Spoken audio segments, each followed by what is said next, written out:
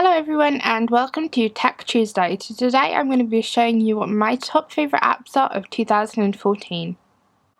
So I'm going to be showing you Android apps today using the Samsung Galaxy S4, but I will be doing an Apple version of this video as well. So on this page are the apps that I use most regularly. So my favourite messenger app at the moment has to be Kik. So Kik is a free messaging app that you can use for free to send messages to your friends. It's also a great way to send messages if you don't want to give out your contact information, because all you do is you have a username that you give people. So if you press that plus button there, it gives you the option to send photographs, emojis, and that's just to send the chat. So another one of my favourite apps is the Viber app. This is what the app looks like. This is just the Viber like robotic app, but this is a great app if you want to make calls to your friends for free over Wi-Fi, and basically you can stay on as long as you want. You can also use a video call kind of FaceTime feature, and it costs absolutely no money, and the app is also for free. Apart from voice calls and messaging, you can also send different emojis and pictures and things like that. So first of all, we're going to go into what I think the best games are. So this is the games category of all the games that I have. Now I'm going to show you a collection of my favourite ones. So my first favourite app is Clumsy Ninja.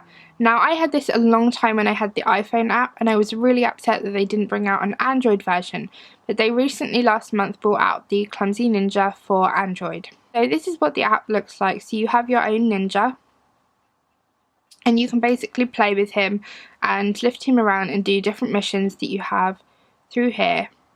And then you can level up and you get different coloured belts and you can make him play with things. It's an amazing app, and the graphics for this app is really amazing, and especially the little controls that you can do with him. So this app is called Stick Hero, and it's very much the kind of Flappy Bird type of game.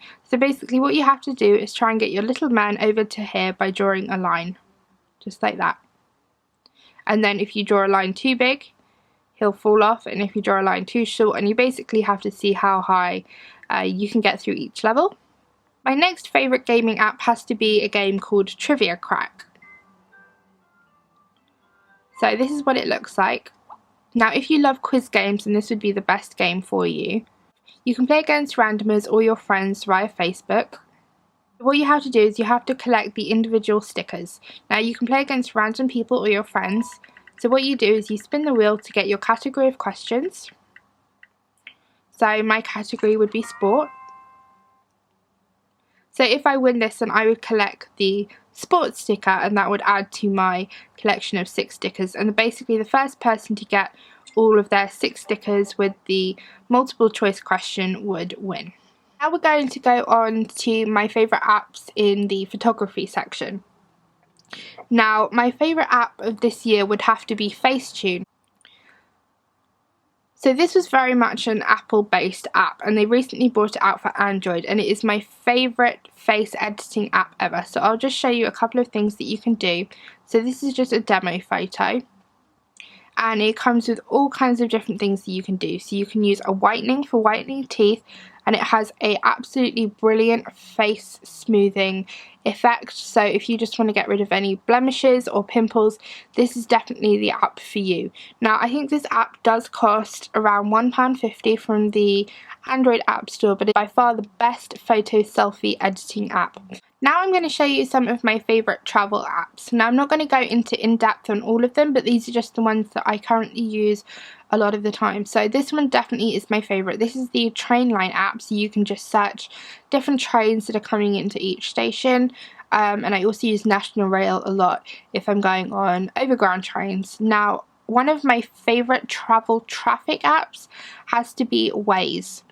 Now, Waze is basically designed so that instead of a company or organisation posting things for different travel reasons, basically people on the road with this app will update other users who are. So this app is also so the more you use it, the higher up your little Waze character gets. So I'm just going to go to this random location and show you different people that are coming up on the app. just a random Waze person, another user using the app, and you can basically message them if you're in a traffic jam. Maybe you are here and you can see that another Waze person is here, and say this road was full of traffic. You can message that person and maybe ask them, do they know what's happening?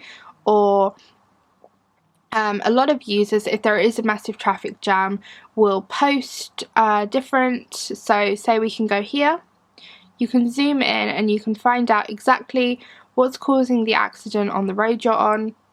So we can see that there's moderate traffic.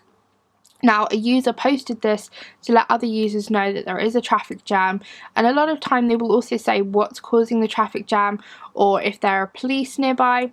So it's just a really great app before you start your journey to maybe check. Another one of my favourite apps is the TubeMap app. So this app, you don't need to have a Wi-Fi signal, and you can see exactly where you are or how long it will take for your journey. If any of you want a more in-depth of any of the apps you have seen, then just let me know, and I will see you next time.